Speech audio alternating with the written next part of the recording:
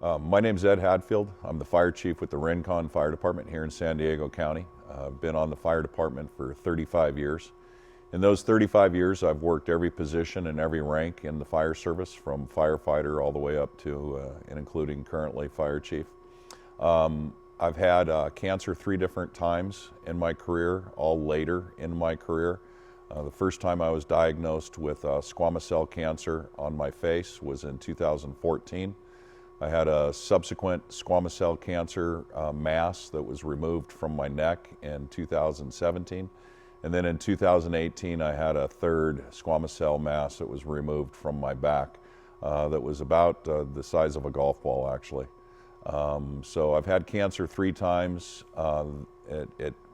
currently, and because of that, I have to go into the doctor every 3 months and be scanned for continuous cancer growth.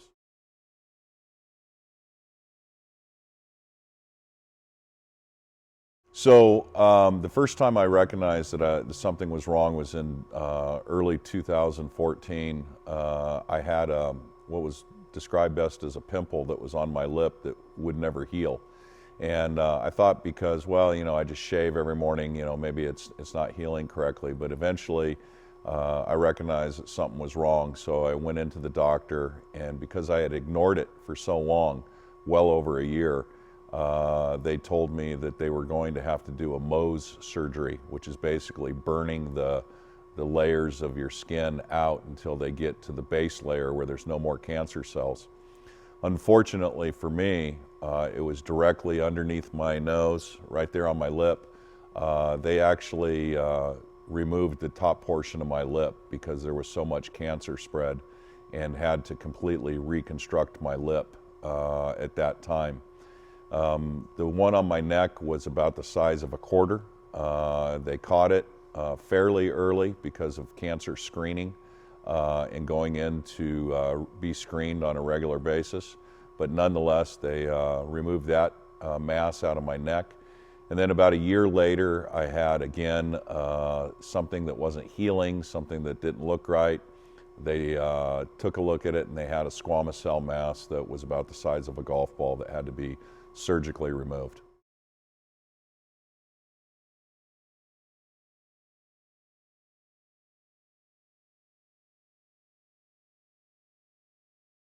I think with skin cancers, it's a little bit different.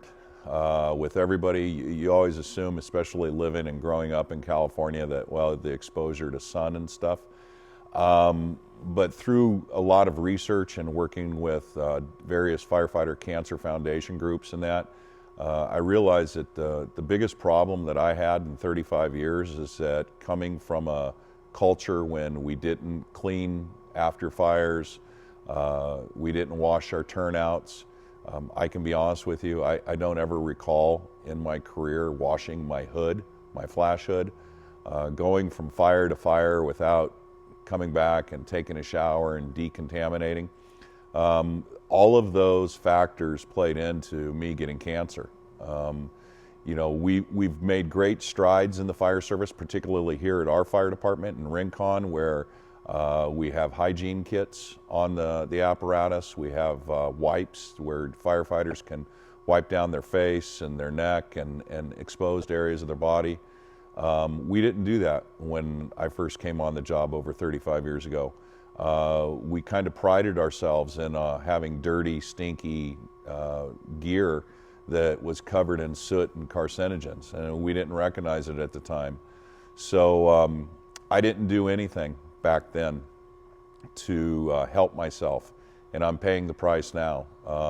The cancers on my lip and the cancers on my neck and the cancers on my back are directly related to my exposure to carcinogens and smoke and toxic products of fires, and leaving them on my skin for extended periods of time. As a fire chief, it's my duty and responsibility to make sure that my firefighters don't experience the same thing I'm experiencing now later on in life. So we're making every effort to make a change in how culturally we address those issues.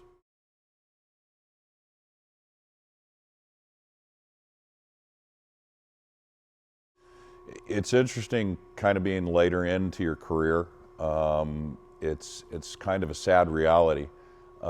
Each and every day you more or less recognize and anticipate that many of your brother and sister firefighters are going to have the same problems, the same experiences and the same health issues that you're having, because we just weren't as educated and we just weren't as careful back in those days.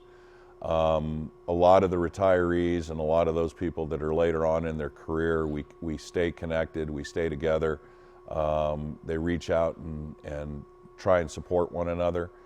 While my cancers are considered life-threatening if left undetected, they're not as life-threatening as the other cancers that firefighters that I've worked with are experiencing. So we try and support one another.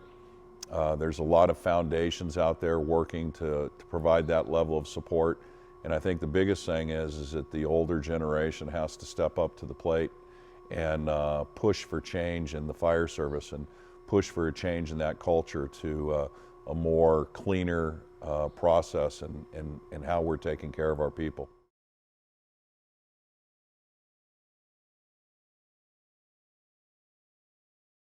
Well, you don't really realize how self-conscious you are until you don't have a top lip, and you look at yourself, and I looked at myself as I'm going to be deformed, and people are going to stare at me, and I became very self-conscious of my appearance for the longest time during the healing phase. I was very fortunate that the cancer doctor and the plastic surgeons that repaired my lip were excellent at what they did, and so I healed very well. But the effect, the healing process was very painful and difficult. The process of being self-conscious about the appearance of your face was kind of challenging to deal with. And then I think the fear of, I have younger children, and the fear of, well, what other cancers am I going to get? And am I going to be there to, are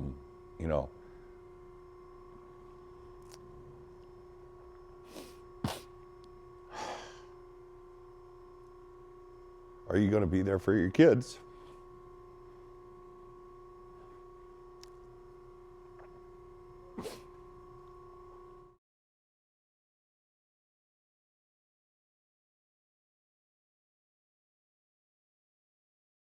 So I don't think I'll ever be cancer-free. It appears that on a fairly regular basis, they're continuing to find things on my skin, typically in my upper body, my back, my neck, my shoulders, and stuff like that. So I don't really know if I'll ever be quote-unquote cancer-free. I hope and I pray that I won't get some of the more significant and severe and life-threatening cancers that would require a much more invasive level of treatment. But given the amount of fires that I went to in my career, and given the exposure to the number of toxins that I was exposed to, it's just, we'll see.